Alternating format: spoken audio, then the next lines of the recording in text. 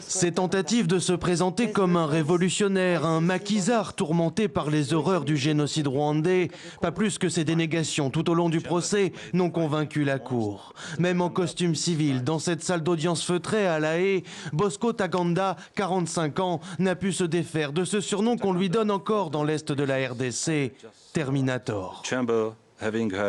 La Chambre vous déclare coupable de meurtre, d'avoir dirigé intentionnellement des attaques contre des civils, de viol, d'esclavage sexuel, de persécution et de pillage en tant que crime de guerre et crime contre l'humanité.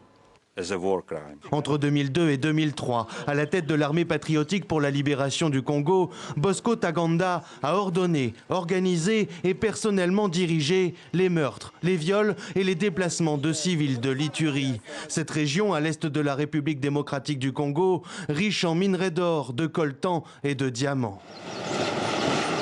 Mais 500 km plus au sud, à l'est du Nord Kivu, que pense-t-on de ce procès qui ne couvre qu'une infime partie de la carrière du milicien de toutes les rébellions entre 1994 et 2012 ?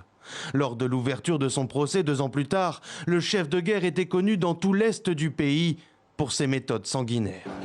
Ntaganda, je le connaissais, il était en Ituri où il avait enrôlé des enfants dans l'armée et ces hommes avaient violé des femmes. Après, il est arrivé ici avec le même comportement.